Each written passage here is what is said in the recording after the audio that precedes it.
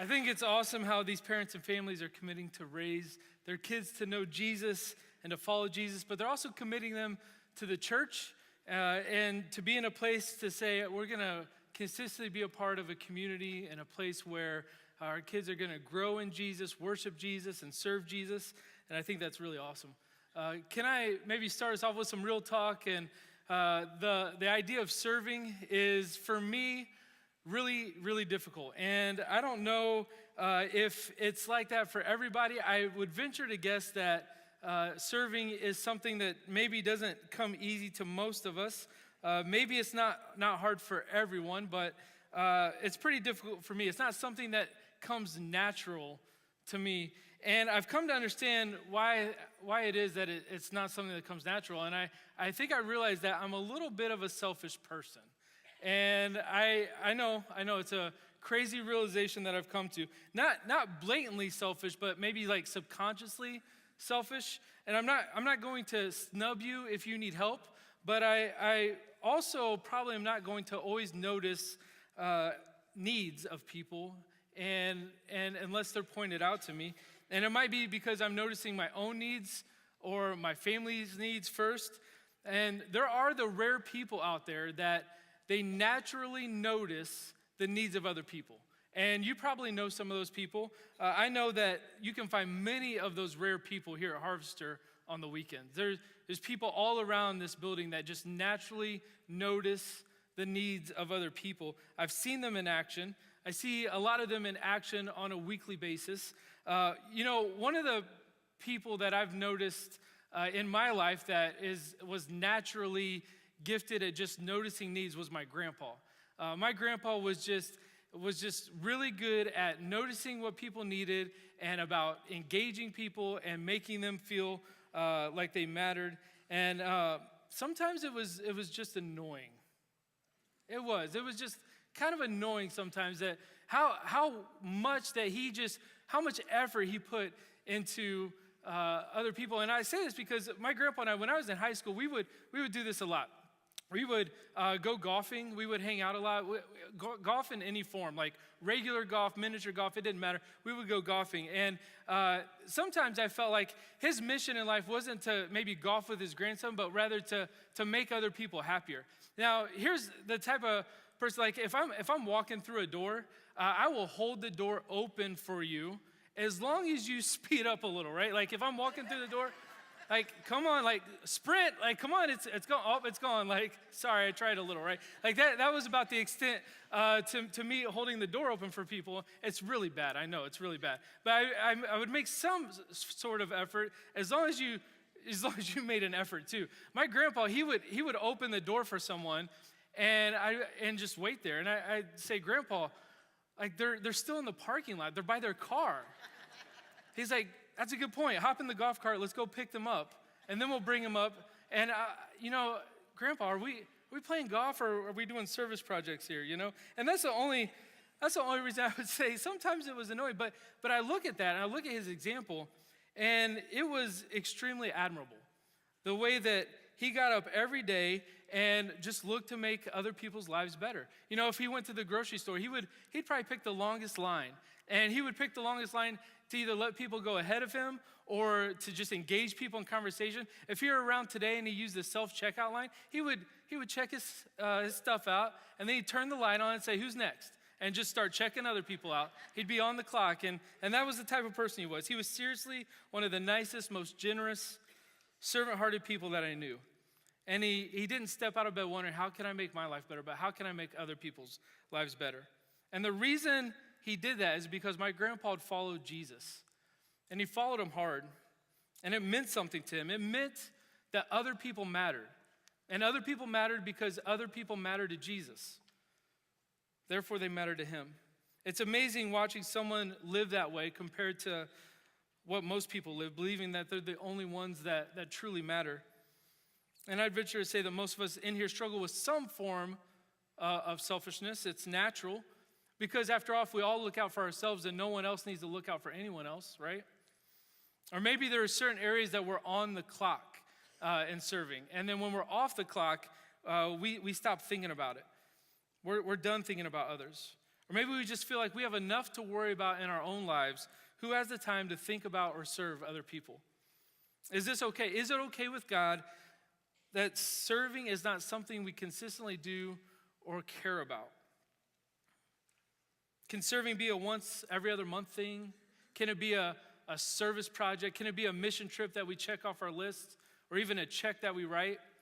Maybe we think serving is for a certain type of people. You know, we see people serving in church every week. We see the stage loaded with a lot of people that know how to play instruments and sing. And so we look at them and we say, well, obviously serving is for the musically gifted and talented. We see people serving communion and offering every single week. And we say, you know, maybe serving is for people that just know what they're doing here and are here every week. We see people serving in kids' classes and student life groups and teaching those classes. And we say, well, maybe serving is for people that just have nothing else to do or have nothing but time on their hands or like some form of torture or punishment. And so, you know, that's not for me. Or maybe we think serving is just for the super spiritual. All in all, maybe you think just serving isn't for you. And you think, I don't have anything to contribute, so I'll just consume. And because if we believe we have nothing to contribute, then that's all we do is we just consume. It's a natural action. It might be a reason that you're not consistently attending church. It's because you're not consistently serving in church. So you consume only when you're spiritually hungry without thinking about spiritually contributing to others. And you have no spiritual ownership in the body. You know, a lot of times we look at coming to church as these stepping stones. And we step on a stepping stone when we get here, and we're like, I like this. This is great. You know what? I'm gonna pick this up and take this with me because this is, you know, people being friendly to me at church. This is people greeting me and treating me kindly, and it's a warm place here, and I love this. So I'm gonna take this with me. We step on another one. We say, oh, this one's great too. This is kids ministry, you know, and this is a place that my kids love to go. They enjoy coming here on the weekends. Not only that, but they get biblical teaching and adults that care for them. So I'm going to take this with me too. I love this. And then we find ourselves stepping on another one, and we say, you know what? I really like this one too. This is the music is great. I love the worship here on the weekends, and I love the teaching. I love the cushioned seats. Like, these are really nice seats. I love that I can bring my coffee in here. This is great. I love coming here, and I love bringing all this stuff. And what sometimes we don't realize is that we are picking up these stones, we're picking up these stepping stones, and we're consuming, and we don't understand them. We're not leaving anything in place of them. I believe that this is a problem not because of something that you're not doing that you should be doing, but because the church is not functioning fully without you. We're not firing on all cylinders. I recently found out that 38% of average attenders here at Harvester serve in some aspect. 38% of you say, I'll contribute something to my church. Likewise, 47% of Harvester families give something financially, which, can I say, is incredible. It really is incredible. And it feels special to be part of such a giving church. This is a special place. And if you're just consuming here, you probably witnessed what a special place this is. But serving puts you in the game where you're not just witnessing, but you're part of it. And I love what's being said in 1 Corinthians chapter 12. If you have your Bibles, you can turn there.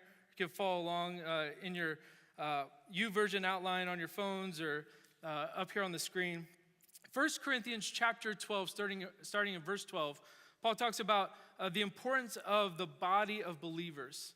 For just as the body is one and has many members, and all the members of the body, though many, are one body, so it is with Christ. For in one spirit we were all baptized into one body. Jews or Greeks, slaves or free, and all were made to drink of one spirit. For the body does not consist of one member, but of many.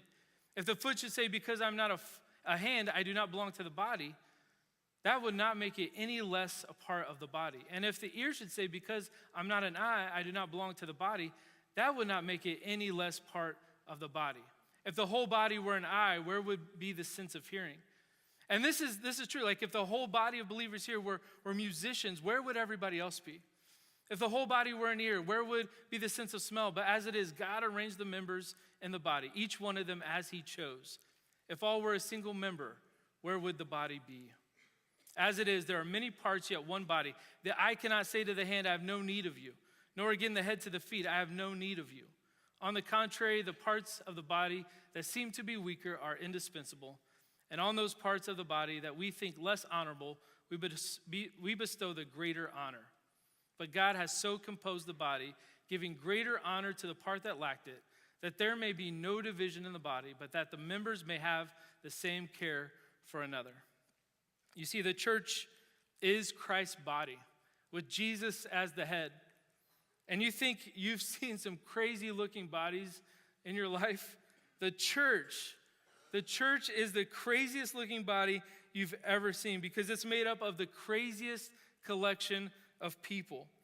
Because this body has an array of people. It has white people and black people and brown people and yellow people and red people and smart people and not so smart people and young people and old people and Republicans and Democrats and independents and baby infant Christians and old veteran Christians and men and women and rich people and poor people and super fit and healthy people and out of shape people and engineers and doctors and business people and teachers and janitors and pilots and police officers and homeless people and jobless people and stay-at-home moms and stay-at-home dads and husbands that don't make the bed or go to the grocery store,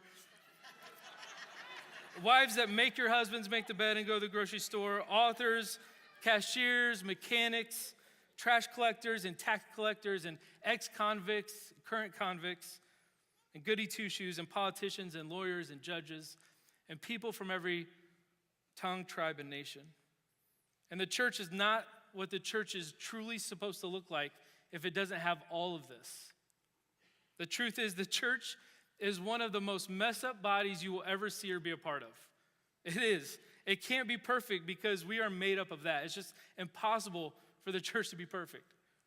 But the fact is, the church is also the most effective bodies you will ever see. You see, when the church is functioning on all cylinders, there's no stopping it. You know, people will comment and say, Harvester is such a giving church. The people at Harvester are so servant-minded. And that's at 47% giving and 38% serving. Can you picture what this church would look like at 100% giving and 100% serving? I can't picture it. It literally blows my mind when I try to think about it, because I truly believe it would change the world. If the church is making a difference at 47% giving and 38% serving, let's just try to picture for a minute. I believe that every kid would be given the attention and care and discipleship they need. Every new family would be given the attention, care, and discipleship they need. Every teen would be given caring adults in their lives outside of their parents. Churches would be financed around the world. You wouldn't ever have to open a door in this place. The front door, the worship center door, the bathroom stall door, because that's how much serving would embody every part of this place. That's a little creepy, and that would be weird if that was your serving job. Just open stall doors, but it's important. And all it would do is just spill out of these doors into the streets and neighborhoods and schools and workplaces. This place would be the most effective body ever, because it is working as one with every functioning member working. And that's a place that I truly believe would change the world. It would change this community. It would be a place that no longer, people would come through the front door, no longer would they leave, because this would be a place that you could be a part of, that you could serve, and that you could be served. One way to see evidence of growth in Jesus in someone's life and in your life is service. Because this is what serving does. Serving others says, I care and you matter. This is what serving others does. It says, I care and you matter. I care because Jesus cared. You matter because Jesus says you matter. Because he died for you. It's not about me. And that's how Jesus lived. Romans 12, verse 3 says, for by the grace given to me, I say to everyone among you, not to think of himself more highly than he ought to, but to think with sober judgment, each according to the measure of faith that God has assigned. Verse 4, for as in one body we have many members, And the members do not all have the same function. So we, though many, are one body in Christ, and individually members one of another, having gifts that differ according to the grace given to us, let us use them. You see, the society and the world, the standard of serving is set really low. It's so low, you can step over it pretty easily. It's so low that as I walk through a door and I hold it open for somebody as I'm like kind of telling them speed up or I'm going to let go, that deserves a thank you in our society. It's a pat on the back. It's an applaud at what we did. The standard is extremely low, but God's standard is way higher because He says that the people matter so much that it's not about you serving and people matching your pace, but it's about you serving and you matching other people's pace. Because serving and following Jesus, following Him, requires serving inconveniently. And this is the part that kind of starts to rub us the wrong way.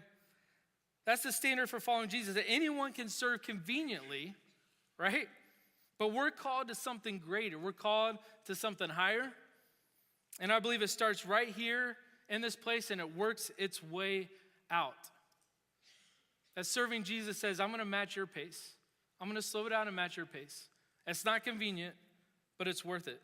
You know, there are countless ways to contribute to the church regularly.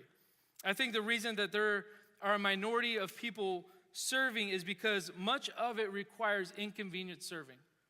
Maybe you've been approached to be a middle school life group leader. And you think, you know, I'm a middle school teacher all week.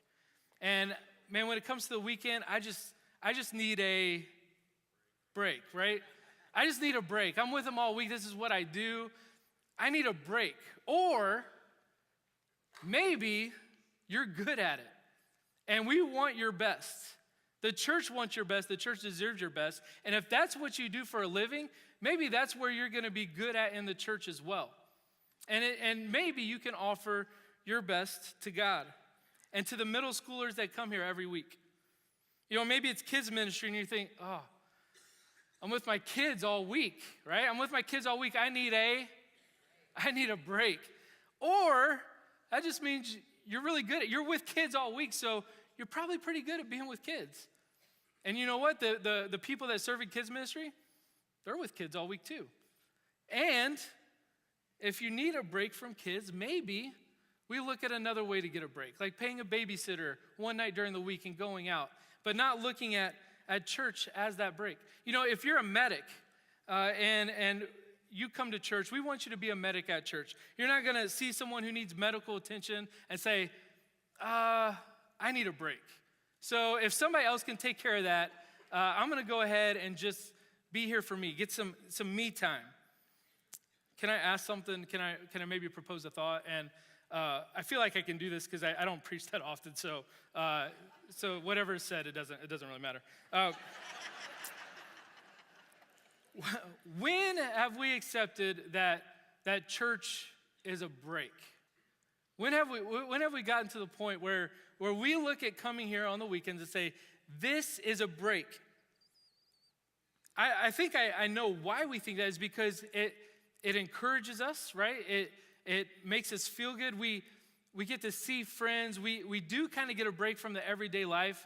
We get to grab a coffee in the cafe and a snack and come in here and sit in comfortable seats. And I'm not bashing grabbing coffee. You will probably never see me in here without a coffee. I will always have a coffee in here. But what I'm saying is it's easy to look at this as this is some downtime. This is some me time. But I want to propose that this isn't a break. That this is game time. And this is when it matters that we serve others so others can feel and grow and know the love of Jesus. And others serve you on the weekends so that you can do the same. So you come to church and you serve the family, but you also serve the guests that walk into this place so they can know and feel and grow in the love of Jesus. I'm not suggesting that you don't take time out of your weekend to grow. I think it's super important that you do that. I think this is crucial that we come together and worship God as a body. But I am suggesting that maybe you extend your stay a little.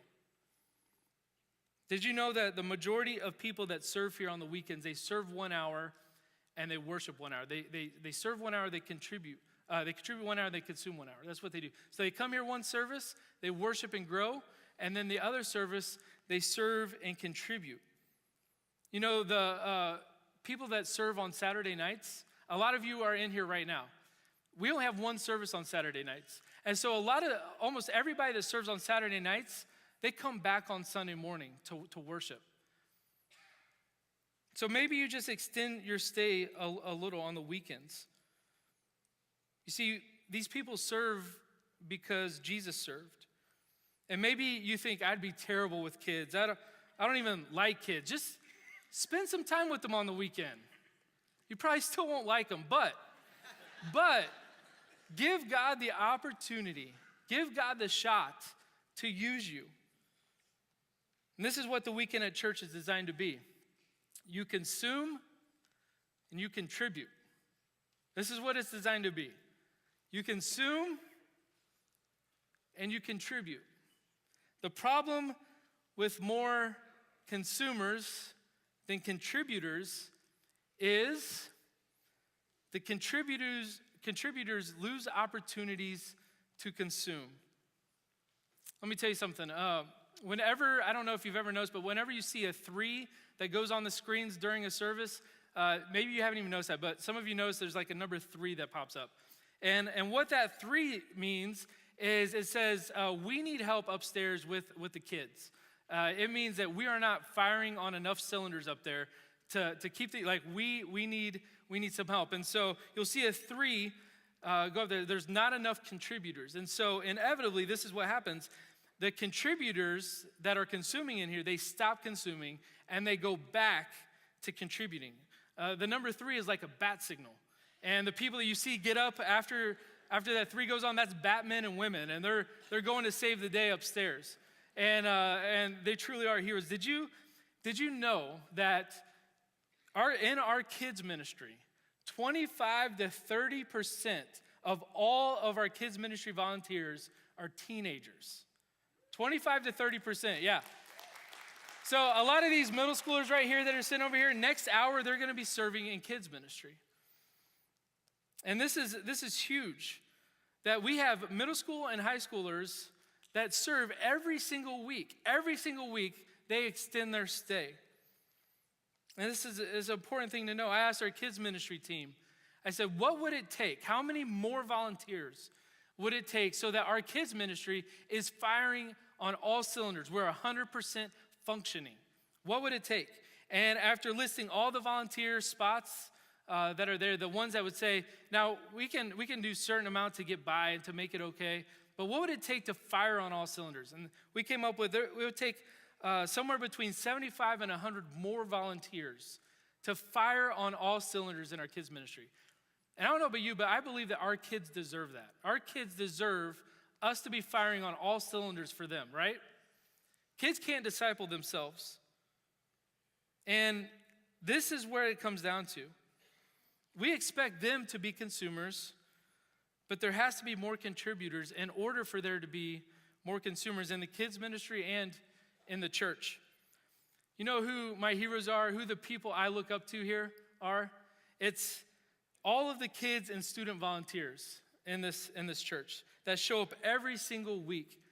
And they're my heroes because in my 13 years of doing student ministry and next gen ministry, I know what it takes to volunteer in those areas. And we have some absolutely amazing people that show up week in and week out to serve the next generation, not because it's easy, not because they have tons of time on their hands and they're just looking for something to do, not because they want to be punished or tortured, but because it's hard, it's necessary, and because the next generation matters. So they say yes. Do you know that 90% of all conversions to Jesus happen before the age of 18? The next generation matters. The work we do in serving in these ministries matter. And we have nearly 300 people in this church that know and contribute to that. Take our middle school leaders, for example. They show up every Wednesday night, and they sing and they dance and they play stupid games and they lead meaningful discussions and have difficult conversations. Why? Because they matter. Because the middle schoolers matter. Our high school leaders show up every Sunday night, and they walk through drama in the lives of these students, tough questions and tough stories, and lead through meaningful discussions and pray through crazy lives. Why? Because our high schoolers matter. Our kids volunteers show up every weekend, some early on a Sunday morning when half the world is sleeping, and they walk into a classroom of crying babies and screaming 3-year-olds, and they change diapers, and they clean up spills, and they dance through songs, and they watch an owl tell a Bible story. Why? Because our kids matter. And they all need to know that we know that they matter. And that's why we show up. 50 years from now, not many of us will still be in this room. I think Ben Merrill will still be in this room. He's just getting started. But you know who'll be leading this church 50 years from now? You know who will be our contributors to this church 50 years from now? It's them. Some of you are like, oh boy, God help us, right? You know who's going to be on staff at this church 50 years from now? Who's going to be the elders of Harvester Christian Church 50 years from now? One of them is going to be the senior pastor, and one of them is going to be the youth pastor, and one of them is going to be the worship pastor. And these are our future leaders. These are our future contributors. They matter. Some of you know Sam Skaggs. Sam grew up here at Harvester, and Sam is now on staff here as our student worship director. And a lot of you have probably seen him on stage many times. Earlier this summer when we were in transition before Monty and Brad got here, Sam led worship during all main services here. And do you know where Sam was when I got here 7 years ago? He was here. That's 7 years ago. This is where he was. And I don't know if 7 years ago, and I do know because I have to be honest, when I looked at middle school Sam, I don't think I would have, I definitely didn't think a few years from now, Sam is going to be my coworker. He's going to have an office next to me, and he's going to be leading worship for the entire church. I did not look at him and say, that's going to happen a few years from now. But it's amazing how quickly a future leader turns into a present leader. This weekend and future weekends, you're going to see people walking around the building. There's people sitting in this room right now that have these blue shirts on that say, I said yes to the next generation. I said yes to messy, to drama, to crazy, to future, to laughter, to fun, to memories, to questions, because these kids matter. You want to see what my heroes look like, the people that I look up to look like? It's all these people that are wearing these blue shirts. Some say yes multiple times a week. Some have multiple ministries that they do, and they say yes multiple times every week. I know one person that serves in the 2-year-old classroom every Sunday morning. Every Sunday morning, they're in there teaching and leading 2-year-olds. And then the person goes home, and then that person comes back on Sunday night to lead a girls' high school life group. Every single week. That person has a family, the person has kids.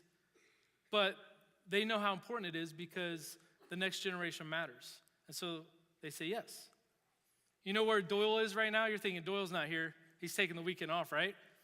Doyle is serving in kids ministry this weekend. Yeah, he's serving in kids ministry all weekend. Last night, both services this morning, Doyle thought he was taking a weekend off. I bet you he's working harder this weekend than he does most weekends. But he's doing it because the next generation matters. And they do it because they love Jesus, and the people they serve are important to him. You see, those families in the video earlier, they're committing to raising their kids in Jesus, but they're also counting on their church to help. 1 Peter chapter 2, verse 9 says, "But you are a chosen race, a royal priesthood, a holy nation, a people for his own possession, that you may proclaim the excellencies of him who called you out of darkness into his marvelous light." See, once you were not a people, but now you are God's people. Once you had not received mercy, but now you have received mercy. See, the church is designed to be set apart. and not set apart from the world, but set apart for the world. Service sheds a light in darkness. And when you serve others, the world takes notice. And the more we serve within the church, I truly believe that this will be even more of a place that people will want to be a part of. And I don't want you to start serving because we say, hey, we need so many more volunteers to fill these voids. Even though there are voids to be filled, that's not why I want you to start serving. I want you to think about serving because you want to be a part of something special, something bigger than you, something bigger than all of us. You see, Jesus, when he could have consumed, he contributed. And what I want you to understand is that you are a part of the body. And you are either contributing your part or you're not. And the truth is, this place would be more effective with your contributing part. Don't think that you don't matter or have nothing to offer, because you do, and you do. Greeters, worship team, tech team, first aid, campus safety, the cafe, cleaning, benevolence, high school, middle school, fluffing Doyle's seat before he gets here in the morning, passing communion and offering, leading adult life groups, serving in the food pantry, being a parking lot attendant. There are lots of places to serve here. We need more people to say yes to the next generation, to serve in elementary ministry and early childhood, pre-K, kindergarten, special needs. You see, what we need is people to realize that what they have is something big, and it's time to maybe start laying these back out for someone else to get. And so we consume, but we lay the stones out so other people can get across, and we help them across. Some of you have been consuming for a long time, and you're ready to contribute. You just don't know how or where to start. You know, some of you can easily start serving, commit to serving weekly. If you come to church weekly, you can serve weekly, or at least regularly. If you don't come to church weekly, you can start coming to church weekly. And then you can serve weekly. Because even you, once a monther, you are part of this body, and you have something to contribute. And without your contribution, we are not fully functioning. It may not be convenient, but it's worth it. You know, there's no better place to be than to be in a church where you are a partner in ministry, where you consume and you contribute. And there are a few easy next steps. We've provided some convenient steps for you to start serving inconveniently. You know, when you walk out of here today, if you go to the right before you hit the big staircase, there's a place called Connection Point. It's there every single week. And if you go there, there's going to be some volunteers there that are going to help you get plugged in. You say, I don't know where to start serving? Go there. They'll help you get started. They'll get your information down. Somebody will be in contact with you. That's an easy place to start. We have a link on the website. If you go to harvestyourchristian.org/serve, you can go there and easily, you can see all the places are to serve and sign up to serve there. Maybe you are someone that wants to say yes to the next generation. We have a display out in the lobby, in between these two doors on the other side of this wall. It's a Say Yes display. And there are cards there that if you are interested in saying yes to the next generation, to serving in early childhood or pre-K kindergarten or elementary or special needs, then we need you and we want you. And we want to be firing on all cylinders with our kids. So go out there, talk to someone, or just fill out a card and put it in the basket. And someone will be in contact with you. Because when you say yes to the next generation, you say yes to a lot of things. And here's one of them.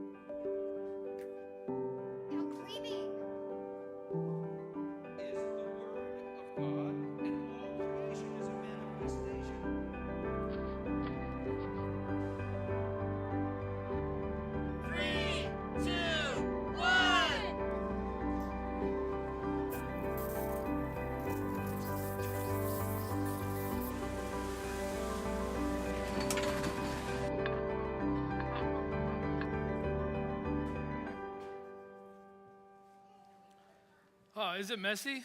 Yes. Is it inconvenient? Probably. Is it worth it? Absolutely. And some of you might be sitting here and you're like, I don't know about this saying yes to anything. I haven't even said yes to Jesus yet. We want you to know that we serve a God that is all about the mess. And that's evident because he stepped out of heaven and onto this earth. And he died a messy death for us. We serve other people because we serve a God that said yes to the mess. And if you're in here this morning and you haven't said yes to him, we want to invite you to do so. It might not be convenient. It's probably going to be one of the most difficult things you ever do, but it's worth it. And in a minute, we're going to sing a song, and there's going to be some prayer partners on the side of the room, and we just invite you to go over to a prayer partner and talk to them about what it means to say yes to Jesus. Maybe you just want to pray. Pray for someone you know that's lost, or pray for maybe you saying yes to serving somewhere in the church, or saying yes to the next generation, and you want to come up to the front here and just kneel down by the stage and just pray. Take this time to do so. Let's pray. Heavenly Father, thank you for being a God that was not afraid to say yes to the mess. I know I look at my life and the mess that it is. I know that we look at the lives of people that we know and the mess that we are as a body. That you stepped down and died on the cross to accept us back in. Lord, I pray that we would see the importance of following you, but also the importance of other people and how other people matter. And that we would begin to see the importance of contributing to this body. It is a messed up body. And there's maybe people on the outside looking at it and saying, this is messy, I'm messy. And if you're messy and I'm messy, then I belong here. Lord, I pray that we would be a church that isn't afraid to get in the mess and to serve. Because when we are fully functioning, there's no stopping your body. It's the most effective thing in the world. Most life-giving and most life-changing thing ever. Lord, I pray that you would move in us. We give you the glory and honor that you deserve. It's in your name we pray. Amen. Thank you so much for taking time out of your day to check out today's message. We hope that it's blessed you and helped to reveal a clearer picture of who Jesus really is. If you're new to church and have any questions about what you've heard today, or simply looking for a place to just belong, we would love to get in contact with you. You can hit the link below for our website, or better yet, if you live in the area, we would love for you to join us at one of our campuses. Our locations and service times are listed below in the video description. If this message has impacted your life, feel free to share this video with a friend. And if you'd like to stay up to date with all that's going on at Harvester Christian Church, consider subscribing and following us on social media. You can find those all in the links below. Again, thank you for joining us today, and we hope that this teaching has helped draw you closer to Jesus and the hope and the freedom that is found in him. We love you. God bless.